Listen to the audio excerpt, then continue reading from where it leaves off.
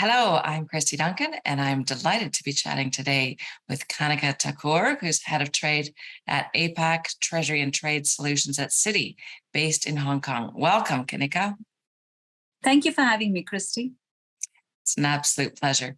Today, we're going to discuss the challenges that women face in building careers in the payments industry, and we'll take a closer look at how organizations are navigating the changes that this darn pandemic has brought into work-life balance.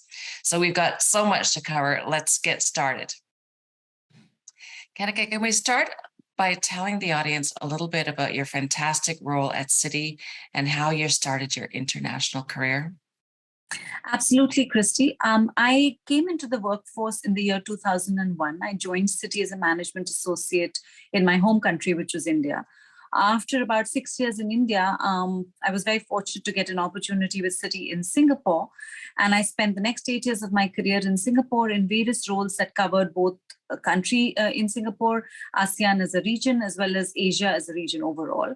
And in 2014, I moved to Hong Kong, which is where I reside now, to take on more opportunities within the transaction banking service, within the transaction banking business in Citi. And I haven't looked back since. It's been 21 years with Citi and still counting. Wow, so interesting, and such a great opportunity to see different parts of the world and learn the business from all different perspectives. So how do you encourage and motivate the next generation of women in trade payments? It's such a vast industry, and there's so much opportunity. How do you do that? I think from my vantage point, Kristy, the most exciting part about being in the trade business, where I've spent a significant proportion of my transaction banking career, is that I am still a student. I am still learning something new every day. And if that doesn't excite anyone, nothing else will. So it's a profession where there is macroeconomic learning, where there is trade flow understanding, where there is geopolitical exposure, where there is client industry risk profile understanding, where there is technology and new innovation understanding. So it's really the whole gamut. And this is a space like many other spaces in transaction banking that's evolving very quickly in terms of the way digital tools are changing the nature of the business, and also evolving a lot in the manner in which our clients are doing their own business. This pandemic, of course, has sort of accelerated some of those tools, but, e-commerce flows, direct to consumer, B2C, how do we do different sales models, etc. So it's a space that's evolving very rapidly. There was always something to learn earlier. Now there's something to learn every minute, literally. Yes, it's true.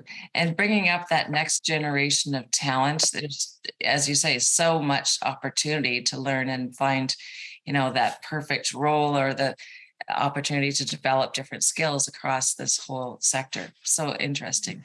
So now that we know a little bit about what you do and the space that you're in and how we coach the next generation of talent, what about mentoring? How do you mentor women to be successful in this industry? I don't think there's a formula. I wish there was. But I think I've personally found just authenticity in the mentoring process is very critical. I've, interestingly, today I had a conversation with a fellow female colleague, and we spoke about how there are phases in careers, especially for women, where we may want to pace differently because, we've had young children or there are family balancing matters. So, there are various stages of a career. Sometimes you're turbocharged. Sometimes you need to find an alternate balance. And I think for people to hear that it's okay to do that, or for people to hear that others have done it and yet succeeded, is an important tool when you're a female mentor to especially another woman. And I think the other thing is giving women the comfort that you can bring your authentic self to work and also succeed. There's always, I feel, the imposter syndrome, of course, is much spoken about, but there's always a desire to sort of portray yourself into an image that you may not naturally be. And I think just giving people the confidence that you can be who you are and you bring a lot of value to the table in that is an important part of the mentoring process. And of course, sharing one's own journey, sharing the pitfalls of one's own journey. We've all learned along the way, haven't we? No kidding. And gosh, I love this, bringing your authentic self to work to help, feel comfortable and be able to contribute in a way that is meaningful for you, but also finding the balance. Because as you say, in different stages of our lives, there's different things that we need to balance between work and family and across our whole lives. This is so inspiring, Kanika. Let's talk a little bit about you as a leader. Can you talk about some of the hurdles that you face as a woman leader in trade finance?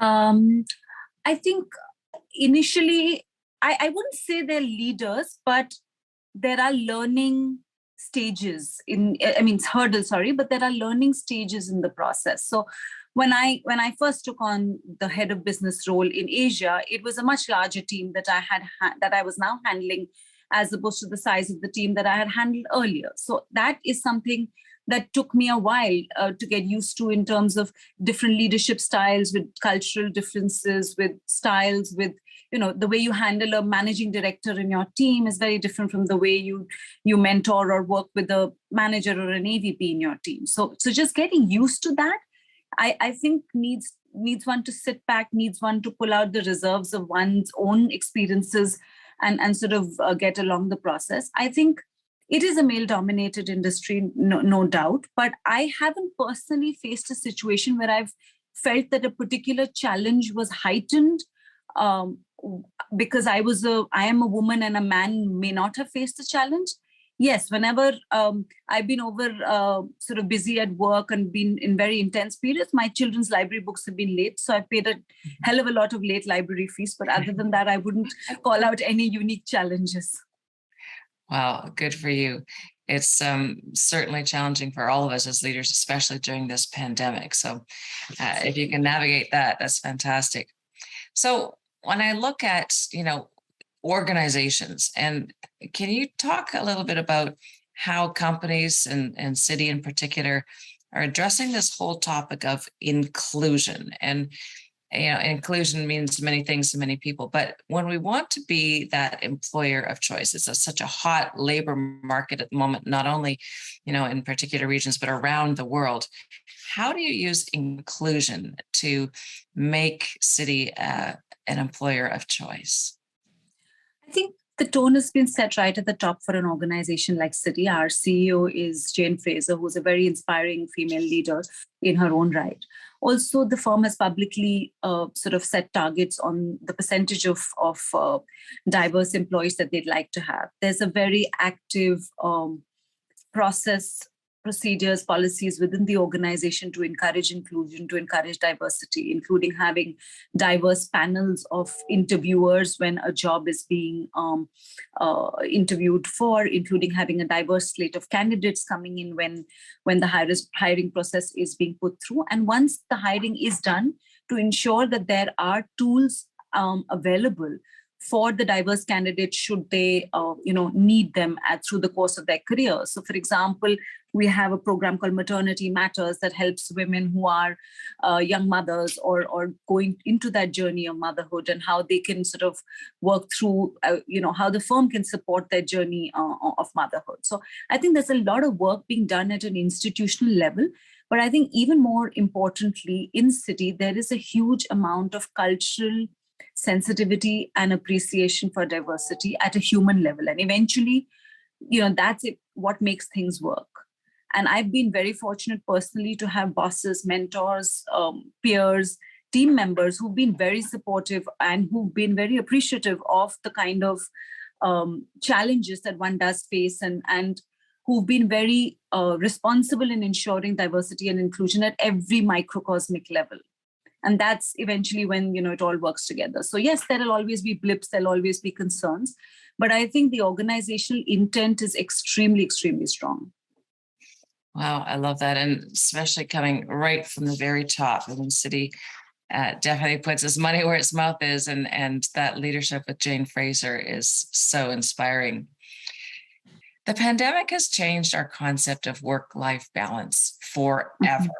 And parents are trying to navigate this, and especially as they're new to the industry and new to the market. What advice would you give to young women in particular, and working parents in general, on navigating the corporate ladder while trying to manage these challenges that the pandemic has thrown at them? So I think the biggest support for me through this process has been knowing the fact that it takes a village to raise a child. So, especially as a working mom and a working parent, and pandemic, of course, hasn't made it any easier. You have to sort of leverage all of the resources that are around you to be able to make sure that you're not doing this alone. So whether it's family resources, whether it's school resources, whether it's making sure you plan activities for your children such that they remain engaged, during periods that are busy for you. So I think a good amount of planning and leveraging the resources around you can go a very long way in ensuring that you create the balance. And I personally find that doing this well in advance so that there's no stress and anxiety in the system towards the end, and when things are right at your head, helps a lot. And I've been very fortunate, and in places like Hong Kong, we can get caregivers who can help manage our children. And I don't think I would have had a career without the caregivers and nannies and sort of support system that I've had around me that have been integral to my raising my children successfully, hopefully. Yeah, it's certainly, there's lots to manage, but you're right. There's so many resources that we can and should take advantage of to really help us navigate that and put that whole support system in place. Such wise words of wisdom. Kanika, I could talk to you about this forever. There's so much, and it's so inspiring. And you're at an organization that has this leadership from the top with Jane Fraser. It's so fantastic. But I'd like to close the discussion today with a question that I ask all of our guests on Pause for Payments. And that is, if you were giving career advice to any of the younger rising stars in our audience, what advice would that be? Follow your heart, but persevere, remain consistent, display a lot of grit, and keep learning. I don't think it's very complicated. There's simple things that, we keep our North Star right. I think we can all go places. And we've got to constantly keep learning and also keep delivering to the organizations that provide us these wonderful platforms to learn.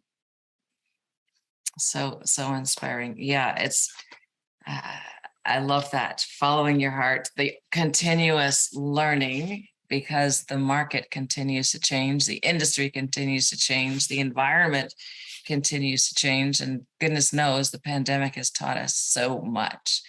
But you mentioned something too in there, grit. How does that play into all of this? I was watching a TED talk yesterday that I forget the name of the lady who did it, but she did research across military academies, schools, organizations. And the one characteristic that she said differentiated successful people from non-successful, it wasn't IQ, it wasn't social fitment, it wasn't, various other parameters that one would typically measure on, including physical appearances. And she said the one consistent thing that came across the board was grit.